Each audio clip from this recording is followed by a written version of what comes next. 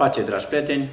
Avram Bociu, împreună cu fratele Ilie, vă spunem un bun venit la un nou episod la studiul Armătura lui Dumnezeu sau Armura lui Dumnezeu, cum spun alții.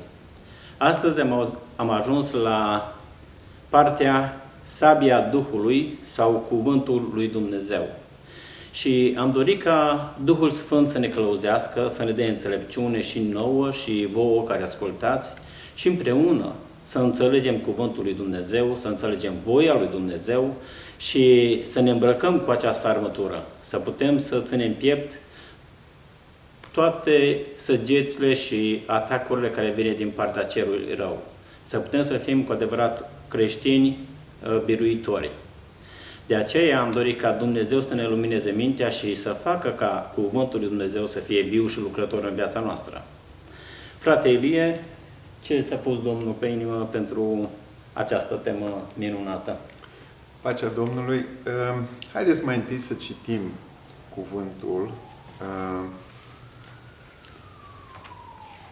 Îl ai pregătit acolo? Efeseni? Da, citește tu, te rog. Efeseni, capitolul 6, de la versetul 10 până la 17. Încolo, fraților, întăriți-vă în Domnul și în puterea tăriei Lui, îmbrăcați-vă cu toată armătura lui Dumnezeu, ca să puteți ține piept împotriva uneltirii diavolului.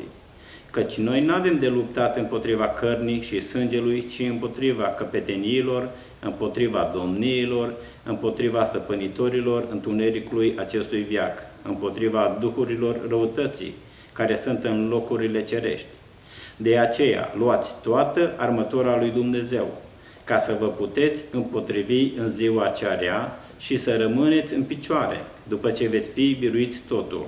Stați gata, dar, având mijlocul încins cu adevărul, îmbrăcați cu platoșa neprihănirii, având picioarele încălțate cu râvna Evangheliei păcii, pe deasupra tuturor acestora luați și scutul credinței, cu care veți putea stinge toate săgețile arzătoare ale celui rău. Luați și coiful mântuirii și sabia Duhului, care este cuvântul lui Dumnezeu. Da, deci, în seara aceasta am ajuns la acest ultim verset și acest ultim element din echipamentul pe care Dumnezeu ne-l pune la dispoziție, fiecăruia dintre noi, și anume această sabie a Duhului, și ne și explică la ce se referă această sabie, și anume la Cuvântul lui Dumnezeu. Cuvântul lui Dumnezeu este Biblia pe care am primit-o. Un element extraordinar, dacă stăm să ne gândim, Dumnezeu ne pune la dispoziție, fiecăruia dintre noi credincios în Domnul Isus, această armă de apărare și de atac, și anume sabia aceasta. Și, din păcate, mulți credincioși, când se gândesc la lucrurile acestea, se gândesc super spiritualizat sau simbolistic. Dar eu personal cred că fiecare dintre aceste elemente sunt un lucru real în lumea spirituală. Elementele acestea, armele acestea de apărare sau de atac sunt lucruri reale în Duhul și pentru ființa mea duhovnicească. Iar mai mult decât atât, aceste elemente spirituale, ele sunt reale și în viața mea fizică, pentru că trupul meu și viața mea fizică sunt direct legate de activitatea spirituală din înăuntru meu și din jurul meu. Chiar cu o săptămână sau două în urmă, ascultam un expert în arta aceasta a luptei cu sabia și el a spus acolo un lucru la care nu m-am mai gândit niciodată, deși acum de mulți ani am văzut filme și secvențe în care oamenii se luptă cu sabia sau lupte medievale din filme de epocă sau mai modern japonezii încă păstrează tradiția aceasta de luptă cu sabia. Și expertul acesta a spus un lucru la care nu m-am gândit niciodată. Eu vedeam secvențele acestea de luptă în care doi oponenți își încrucișau săbiile și loveau sabia unul la celălalt. Unii atacau, ceilalți se apărau. Dar instructorul acesta, expertul acesta a spus că scopul, un lucru evident, dar el a spus că scopul luptei cu sabia este nu să lovești sabia adversarului, ci să lovești trupul adversarului. Adică atacul sau apărarea, sabia aceasta are scopul de a lovi în trupul adversarului, nu în sabia adversarului. Și noi vedem de obicei aceste dueluri cu sabia. Unul dintre ei atacă și celălalt parează cu sabia și este acest duel care poate să dureze mai mult sau mai puțin. Dar în fiecare din acele secvențe, unul dintre cei doi protagoniști este în poziția de atacator și celălalt se apără. Deci sabia aceasta, acest element al militarului creștin în Duhul, are aceste două funcții, de apărare, de a bara atacurile celui rău, cât și de atac, de a lupta în lupta spirituală. Pentru mine mi s-a părut revoluționar lucrul acesta. Acum, când vorbim de cuvântul ca și armă de apărare și de atac, pasajul clasic este lupta Domnului Iisus, dacă putem să zicem o luptă, în care Domnul Iisus însuși este ispitit de diavolul după ce postește 40 de zile în pustie. Este această luptă clasică în care Domnul Iisus este ispitit de diavolul și de fiecare dată Domnul Iisus folosește cuvântul lui Dumnezeu, citează din cuvântul lui Dumnezeu pentru a respinge atacurile celui rău. Cred că pentru noi lucrul acesta este o învățătură clasică și o învățătură de care fiecare dintre noi trebuie să o luăm seama. Cuvântul lui Dumnezeu, într-adevăr, este o armă pentru mințile noastre. Și, de obicei, atacurile celui rău, dacă nu de cele mai multe ori, dacă nu tot de fiecare dată, de cele mai multe ori, atacurile încep la nivelul minții și apoi se manifestă și mai departe, pot să meargă mai departe. Dar cuvântul lui Dumnezeu trebuie să înțelegem că este de nelipsit în viața oricărui credincios. Acum, înainte să intru în mai multe detalii și cred că și fratele Avram va aduce alte aspecte, eu vreau să mă opresc la un singur aspect legat de această luptă spirituală. Noi cu toții știm cuvântul lui Dumnezeu, în mai mică sau mai mare măsură, depinde de cât am studiat. Și ne interesează cuvântul lui Dumnezeu și apreciem cuvântul lui Dumnezeu. Însă, și din cauza aceasta pot să spun că fiecare dintre noi are la dispoziție această armă, sabia aceasta a Duhului, o avem la dispoziție. Însă, în ce măsură o folosim face diferența între un creștin și celălalt. Și dacă un creștin este mai puternic decât altul, este datorită faptului că unii își folosesc această armă și alții nu o folosesc. Și am să vă dau doar un mic exemplu. Am să citesc un verset din 2 Timotei, capitolul 1, și aici Pavel îl instruiește pe Timotei și spune așa: căci Dumnezeu nu ne-a dat un duh de frică, ci de putere, de dragoste și de chibzuință.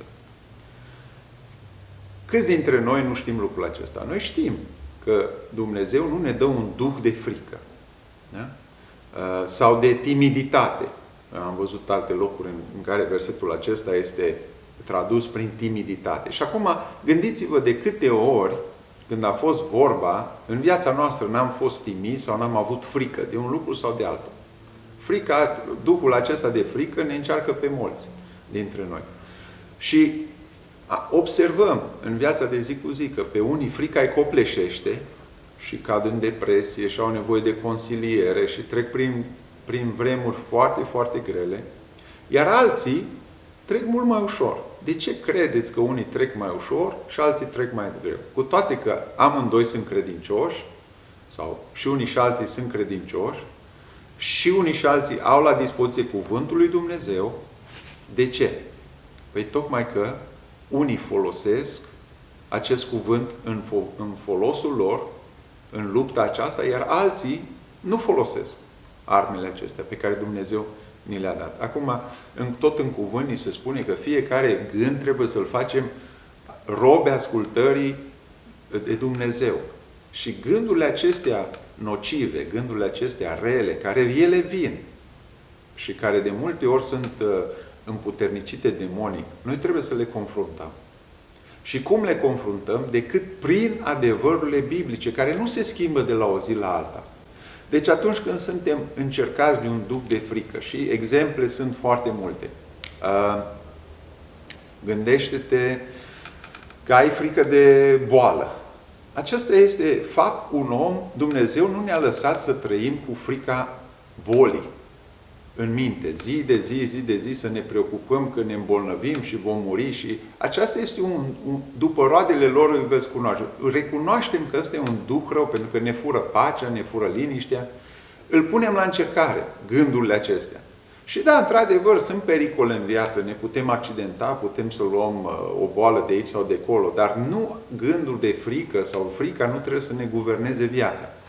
Și atunci când vin astfel de gânduri care ne pot încerca pe toți dintre noi, trebuie să venim la cuvânt care ne spune că Dumnezeu este de partea noastră, Dumnezeu ne poartă de grijă, toate zilele noastre sunt numărate înaintea lui Dumnezeu, El știe firul vieții noastre și așa mai departe. Ne încredem în El, că Dumnezeu ne păzește, ne ocrotește și așa mai departe. Duhul de frică poate avea cu totul și numeroase alte aspecte. Că îți pierzi slujba, că nu mai ai bani, că una și alta, câte și mai câte. Dar mereu și mereu trebuie să ne încredem în Dumnezeu. El este de pe El nu se schimbă, circumstanțele nu-L afectează pe Dumnezeu, este de neschimbat, este o stâncă și o fundație puternică în care ne putem baza. Aceasta doar un exemplu, dar sunt multe alte exemple în care pur și simplu trebuie să aplicăm ceea ce știm.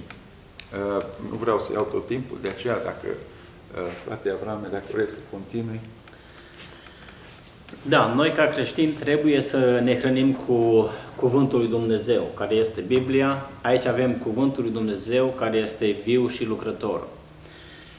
Sunt mulți în zilele de astăzi pe YouTube care se contrazic unii pe alții, se atacă unii pe alții, dar putem să vedem că cei mai mulți dintre ei nu sunt călăuziți de Duhul Sfânt, pentru că Duhul Sfânt nu ne-a chemat la lucrarea aceasta să ne certăm unii cu alții, să ne contrazicem unii cu alții.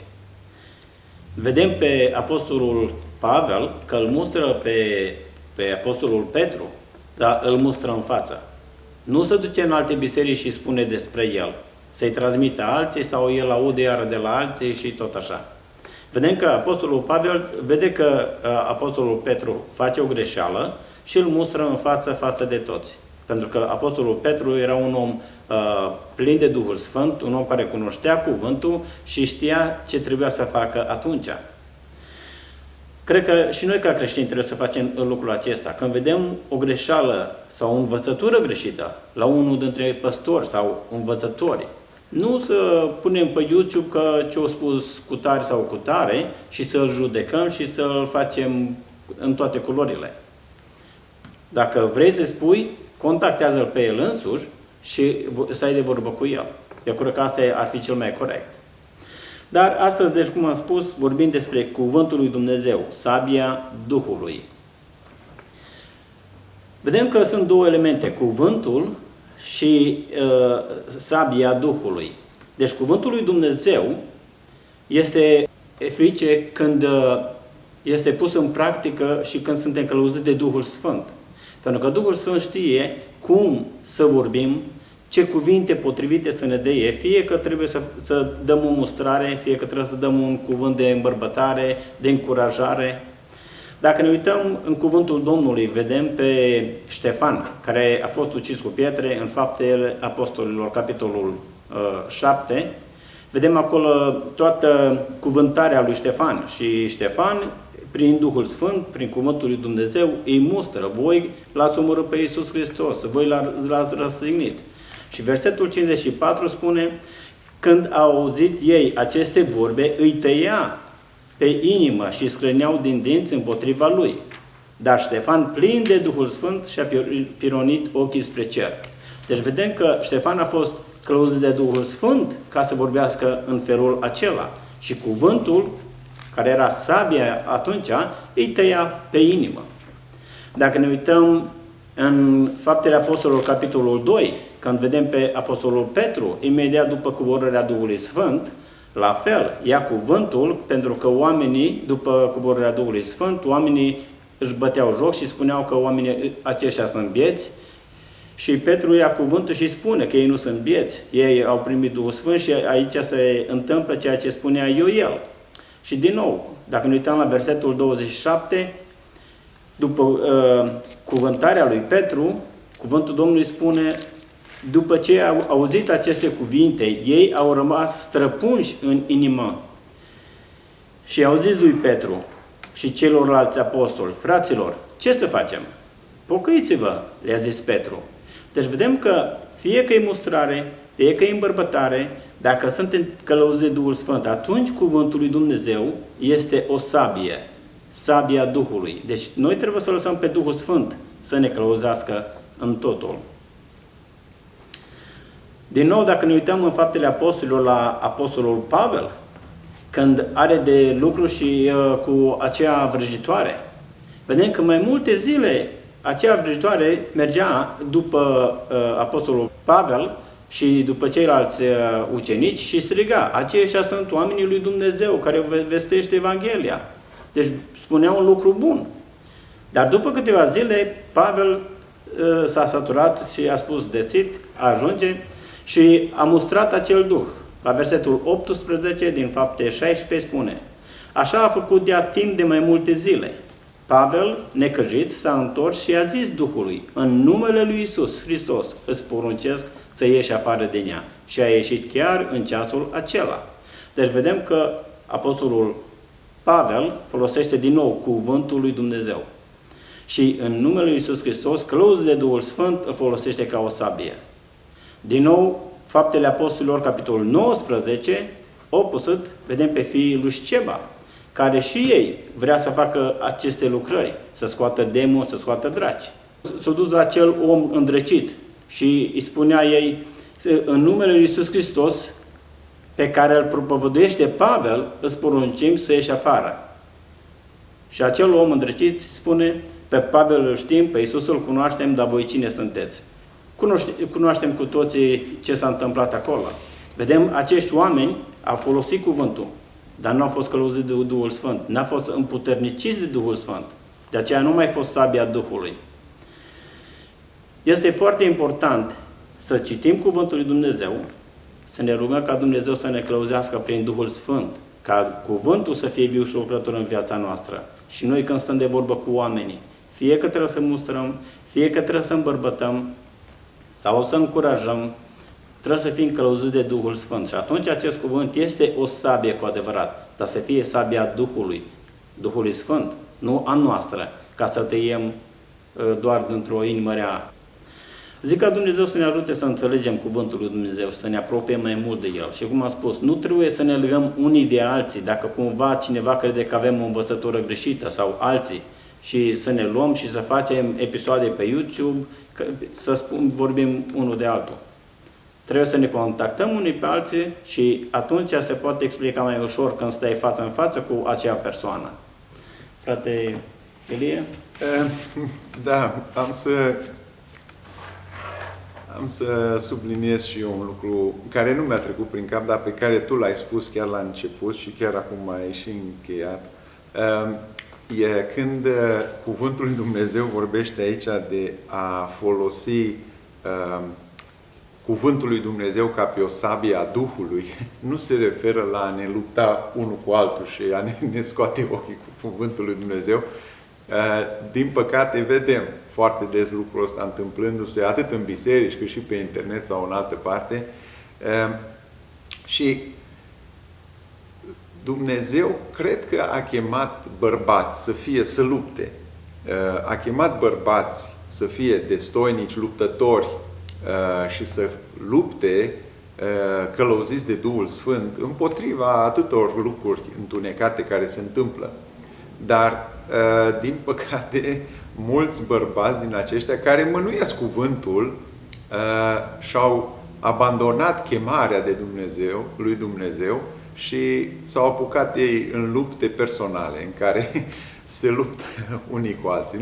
Nu despre asta este vorba. Cuvântul chiar spune clar, început cu versetul 12, deja s-a citit că noi nu avem de luptat împotriva cărnii și sângelui. Nu avem de luptat unii cu alții, ci avem de luptat cu duhurile care sunt în jurul nostru și care fac atâta ravagii. Da. La 1 Ioan, capitolul 2, versetul 14, Apostolul Ioan scria: vă scriu tinerilor, fiindcă sunteți tari și cuvântul lui Dumnezeu rămâne în voi și ați biruit pe cel rău. Cum l-ați biruit? Prin cuvântul lui Dumnezeu și stând statornici pe calea lui Dumnezeu, în credință. Apocalipsa, capitolul 12, versetul 11, vorbea despre cei care au trecut prin necazul cel mare și despre cei care au murit ca martiri. Ei l-au biruit prin sângele mielului și prin cuvântul mărturisirii lor și nu și-au iubit viața chiar până la moarte. Totodată trebuie să ne uităm și la un lucru. Apostolul Pavel spune la Romani: binecuvântați pe cei ce vă prigonesc, binecuvântați și nu blestemați. Deci vedem că și să binecuvintezi pe cineva este un cuvânt și să blestemi pe cineva este un cuvânt. De aceea trebuie să avem grijă mare și să fim foarte înțelepți și călăuziți de Duhul Sfânt, să știm cum să folosim cuvântul. Dacă ne aducem aminte la Luca, capitolul 9, când ucenicii lui Domnul nostru Iisus Hristos, Iacov și Ioan, spunea Mântuitorul nostru, când a văzut acest lucru, au zis: Doamne, vrei să pogorâm să se coboare foc, să ne rugăm să pogoare foc din cer și să-i mistuie, cum a făcut Ilie? Domnul Iisus Hristos se întoarce către ei și spune: nu știți de ce duh sunteți călăuziți. Dacă ne uităm la 2 Împărați, capitolul 2, versetele 23-24, vedem un proroc al lui Dumnezeu, pe Elisei, care blastămă niște copii, pentru că acești copii și-au bătut joc de el. Și cred că știm cu toții că vine doiur și omoară peste 42 de copii. Deci noi suntem chemați la a binecuvânta, nu a blestema. Cred că înțelegem cu toții lucrul acesta. Acesta este cuvântul lui Dumnezeu, nu este cuvântul nostru și totdeauna când îl punem în practică trebuie să fim călăuziți de Duhul Sfânt. Doar atunci este sabia Duhului, cuvântul lui Dumnezeu. Zi de zi noi trebuie să ne hrănim cu acest cuvânt, să-l citim și să rămâne în noi, cum spune Apostolul Ioan. V-am scris tinerilor, fiindcă sunteți tari și cuvântul lui Dumnezeu rămâne în voi și ați biruit pe cel rău. Să facă Dumnezeu să rămână cuvântul lui Dumnezeu în noi, să fim tari și în fiecare zi să-l biruim pe cel rău. Frate, vrei să mai completezi ceva? Faceți doar atât și va fi bine de noastră. Da. Sunt foarte multe de spus din această temă, dar rămânem la aceste cuvinte și zicem ca Dumnezeu să ne lumineze pe toți, să ne apropiem mai mult de cuvântul lui Dumnezeu, să ne apropiem mai mult de Dumnezeu. Facă Dumnezeu ca să fim cu adevărat lumină, să fim cu adevărat sare, să fim cu adevărat copiii lui Dumnezeu și ucenicii Domnului nostru Iisus Hristos. Amin. Dacă cumva aveți alte întrebări, fie cu privire la această temă sau alte întrebări cu privire la teme apocaliptice, puteți să ne scrieți și, călăuziți de Domnul, vom încerca să răspundem. Până la următorul episod, spunem ca Dumnezeu să ne binecuvinteze pe toți. Rămâneți cu pace. Pace. Pace.